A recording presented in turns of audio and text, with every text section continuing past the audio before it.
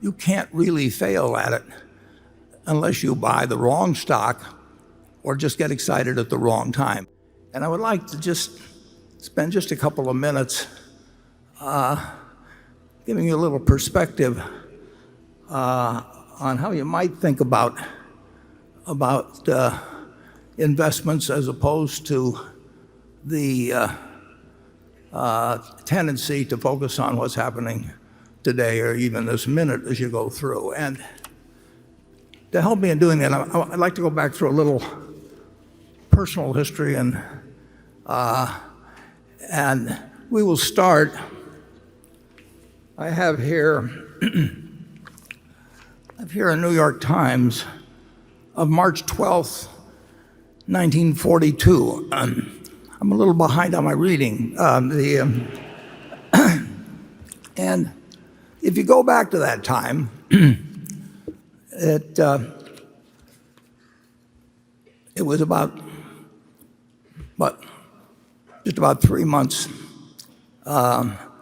since we got involved in a war which we were losing at that point. The newspaper headlines were filled with bad news from the Pacific, and I've taken just a couple of the headlines from the days preceding March 11th, which I'll explain. It's kind of a momentous day for me. And so you can see these headlines. We've got slide 2 up there, I believe.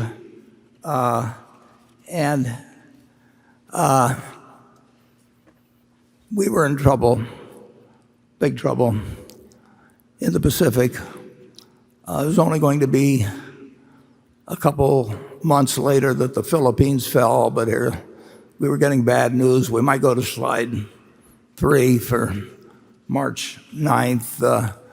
I hope you can read the headlines anyway. The price of the paper is 3 cents, incidentally. Let's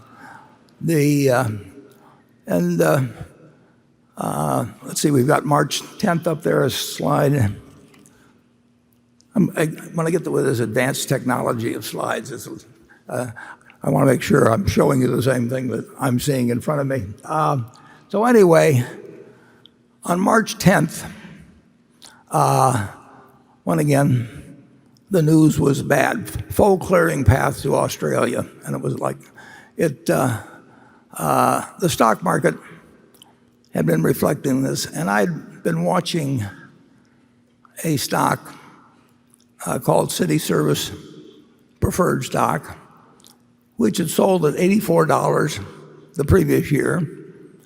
It had sold at $55 the year before, early in January, 2 months earlier. And now it was down to $40 on March 10th.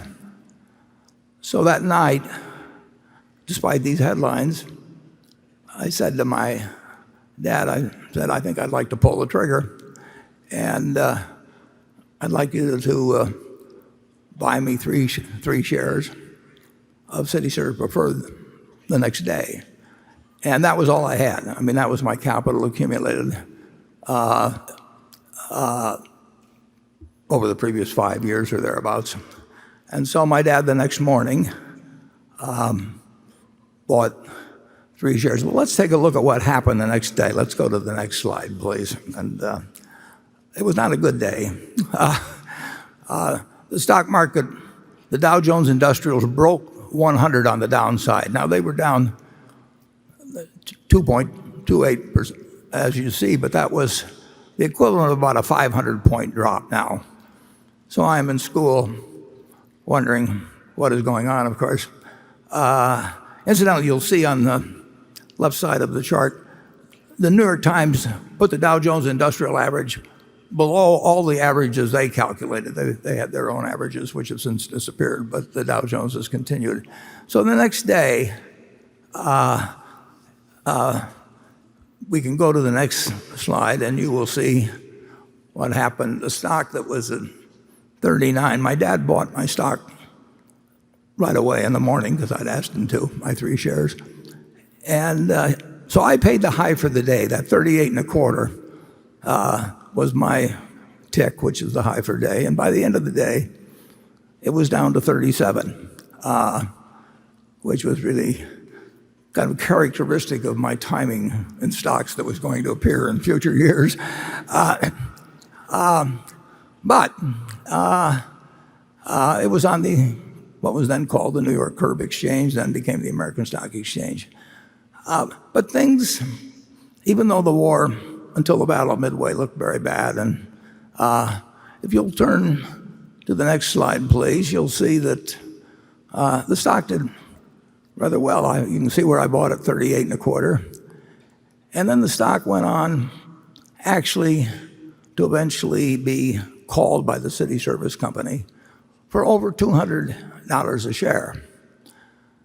But this is not a happy story, because if you go to the next page, you will see that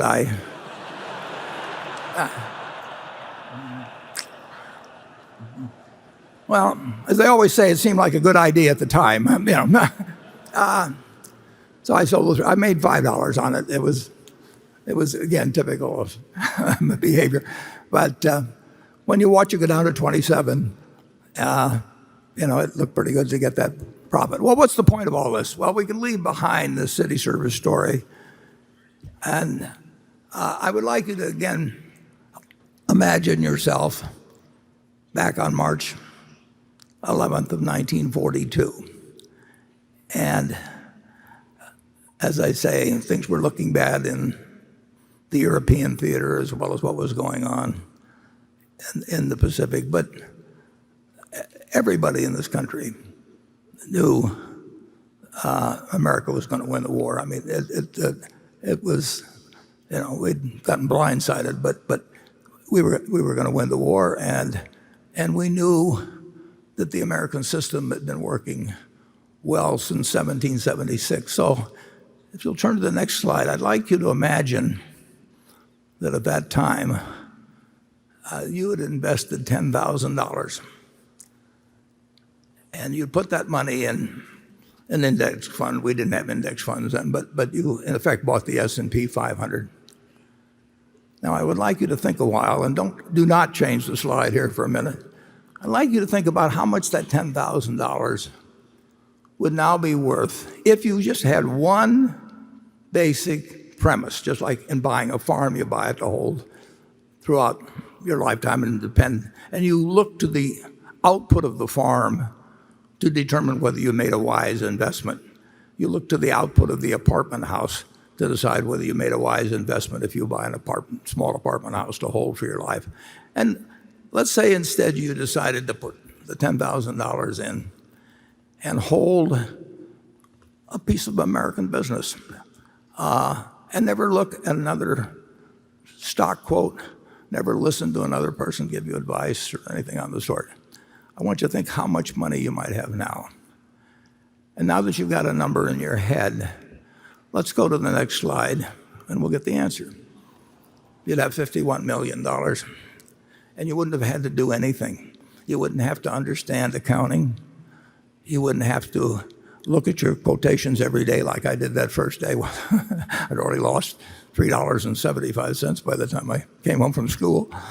All you had to do was figure that America was going to do well over time, that we would overcome the current difficulties, and that if America did well, American business would do well. You didn't have to pick out winning stocks.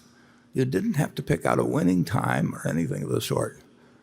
You basically just had to make one investment decision in your life. And that wasn't the only time to do it. I mean, I could go back and pick other times that would work out to even greater gains. But as you listen to the questions and answers we give today, just remember that the overriding question is, how is American business going to do over your investing lifetime? I would like to make one other comment because it's a little bit interesting. Let's say you'd taken that $10,000 and you'd listen to the prophets of doom and gloom around you, and you'll get that constantly throughout your life. And instead you'd use the $10,000 to buy gold. Now, for your $10,000, you would have been able to buy about 300 ounces of gold. And while the businesses were reinvesting in more plants and new inventions came along, you would go down every year look in your safe deposit box, and you'd have your 300 ounces of gold, and you could look at it, and you could fondle it, and you could, whatever you wanted to do with it. But it didn't produce anything. It was never going to produce anything. And what would you have today?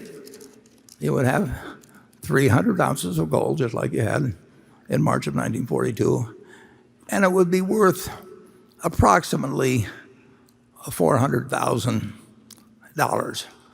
So if you decided to go with a non-productive asset, gold, instead of a productive asset, which actually was earning more money and reinvesting and paying dividends and maybe purchasing stock, whatever it might be, you would now have over 100 times the value of what you would have had with a non-productive asset. In other words, for every dollar you have made in American business, you'd have less than a penny of gain by buying in the store of value, which people tell you to run to every time you get scared by the headlines or something of the sort. It's just remarkable to me that we have operated in this country with the greatest tailwind at our back that you can imagine. It's an investor's haven. You can't really fail at it unless you buy the wrong stock or just get excited at the wrong time. But if you own a cross-section of America and you put your money in consistently over the years, there's no comparison against owning something that's going to produce nothing. And frankly, there's no comparison with trying to jump in and out of stocks and pay investment advisors. If you'd followed my advice, incidentally, or this retrospective advice, which is always so easy to give, if you'd follow that, of course, there's one problem about it. Your friendly stockbroker would have starved to death. And you could have gone to the funeral to atone for their fate. But the truth is, you would have been better off doing this than a very, very, very high percentage of investment professionals have done, or people have done that are active. It's very hard to move around successfully and beat really what can be done with a very relaxed philosophy. And you do not have to know as much about accounting or stock market terminology or whatever else it may be, or what the Fed is going to do next time and whether it's going to raise rates 3 times or 4 times or 2 times. None of that counts at all, really, in a lifetime of investing. What counts is having a philosophy that you stick with, that you understand why you're in it, and then you forget about doing things that you don't know how to do.